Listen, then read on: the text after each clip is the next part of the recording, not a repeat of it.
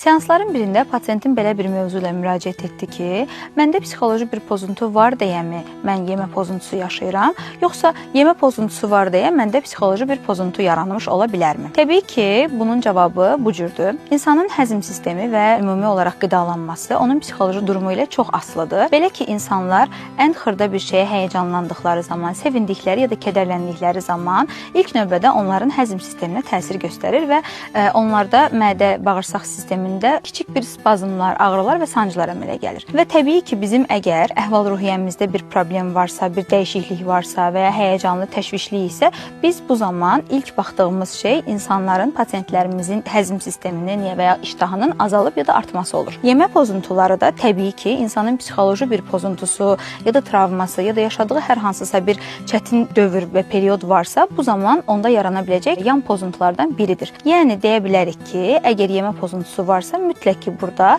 bir travmadan, bir yalnızlıqdan və ya hər hansısa bir psixoloji pozuntudan da söhbət gedə bilər.